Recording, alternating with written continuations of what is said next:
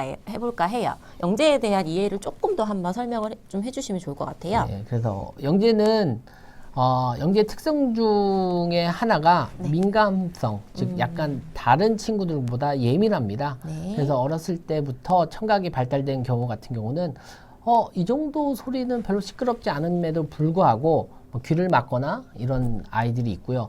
또 한 가지는 어떤 사물을 처음 접하는 사물을 봤을 때 이렇게 손을 찍어서 냄새를 맡거나 혹은 맛을 맡는 경우, 아니면 직접 뭐 사물에 대한 부분으로 냄새를 맡는 경우, 그 다음에 남들보다 조금 더 관찰력이 훨씬 더 좋지요. 그래서 약간의 미세한 변화에도 저거 바뀌었는데 엄마 머리 스타일 바뀌었어? 그쵸, 관찰력 네, 좋죠. 그렇죠. 네. 우리 남편은 잘 모르는데 갑자기 우리 아이는 그걸 캐치하는. 그 다음에 이제 촉각 같은 것들이 발달이 돼서 맛을 많이 보거나. 그래서 첫 번째는 이제 이런 민감성이 있고요. 네. 이제 두 번째는 당위성입니다. 뭔지 알겠어요. 그렇죠. 네. 뭔지 아시겠죠? 알겠어요. 네, 뭔지 아시겠죠? 그래서 제가 가장 많이 이제 받는 질문 중에 하나가, 네. 우리 아이는 자꾸 머리로만 해요. 식을 쓰지 않아요.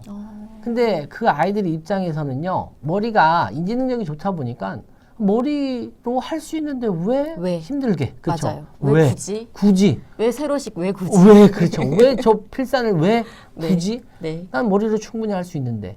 물론 어리다 보니까 조금의 실수는 있는데 네. 그렇게 해서 납득이 가지 않으면 행동의 변화를 보이지 않습니다. 그래서 꼭 힘드시더라도 그 당위성에 대한 부분을 충분히 납득시켜주고 행동의 변화를 기대하시는 게 좋고요. 네. 네. 그리고 역시 마찬가지로 지능이 또래보다 1년 이상 앞서 있기 때문에 아무래도 이제 우선 지능을 가지고 머리로 해결하라는 부분, 그다음에 추론적인 부분들이 뛰어남을 보일 수 있습니다. 네. 그다음에 조금은 다른, 조금은 제가 이제 나름의 그 연구한 거를 바탕으로 이제 말씀을 드리면 이제 서번트 기질이 강한 영재 아이들이 있어요.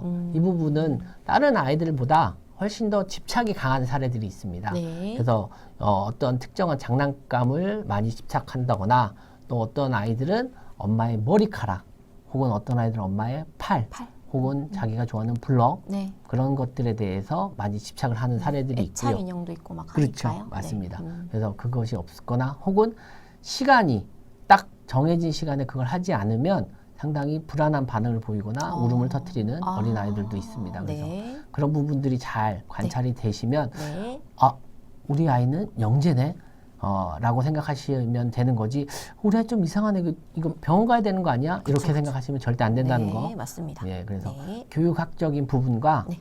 의학적인 부분들에 대한 부분을 적절하게 잘 보시고 네. 어머님들이 판단하시는 게 제일 좋은 것 같습니다. 맞아요. 그리고 네. 호기심이 많아요. 맞아요. 네. 호기심이 많습니다. 그래서 새로운 것들에 대한 자극을 간절히 원해요. 그래서 어머님들이 이제 만약에 수에 대한 감각이 좋으면 수를 한번 끝까지 몰아가 보세요. 그래서 끝까지? 끝까지 어려움이 있을 때까지. 예를 들어서 이제 자연수에 눈을 뜨면 그 다음은 이제 뭐 유리수에 대한 분수에 대한 부분을 보고, 그 다음에 거기에 대해서 또 호기심이 있으면 무리수, 그 다음에 이제 허수, 그렇죠. 그래서 복소수까지, 네. 그 다음에 무한대에 대한 부분.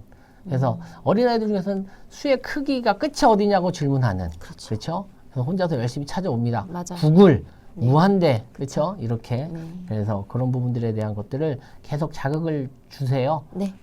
야, 거기까지만 알면 돼 라고 말씀을 하지 마시고 일단 끝까지 갈 수 있는 데에 대한 부분을 맞습니다. 그리고 왜라는 질문을 정말 많이 하는데 이제 주의해야 돼요. 우리 엄마들이 그쵸. 조금 귀찮고 그쵸. 힘들 수 있잖아요. 그럼요. 그런데도 불구하고 참으셔야죠. 그렇죠. 네. 이제 자꾸 질문을 해서 네. 여기가 좀 끝이면 되는데 계속 질문하는 아이들한테는 다시 반문을 한번 해보세요. 네. 답을 주려고 하지 마시고, 좋네요. 엄마랑 같이 한번 찾아볼까? 네. 이런 식으로 유도를 하셔서 네. 같이 한번 찾아보는 그런 연습들을 해보는 게 훨씬 더 좋을 것 같습니다. 맞습니다. 예. 네. 그래서 그리고 이제 뭐 놀이도 조금 다르지 않아요? 아이들 노는 것도 좀 다르죠. 그렇죠. 네. 그 영재성에 대한 부분이 처음 많이 어렸을 때 발휘가 많이 되죠. 5세, 6세 요 무렵에. 그랬을 때 이제 가장 재능이 이제 폭발할 때가 있고, 네. 그래프로 그러면 이런 식으로 아이들이 학습이 이제 계단형에 대한 부드럽게 올라가는 이런 그래프를 나타내고 있는데요. 이제 이렇게 개발이 자기의 영재성이 잘 발현이 될 때, 확 터질 때 어머님들이 거기서 정형화된 그냥 장난감, 완구? 예, 완구 같은 거를 쉽게 접하게 하지 마시고요. 네. 일상생활에서 접할 수 있는 것들을 주고 거기서 본인들만의 놀이라든가 게임을 말도 안 되는 게임일 수도 있지만 그런 것들을 한번 개발할 수 있는 시간적인 부분들 충분히 던져주시고 네.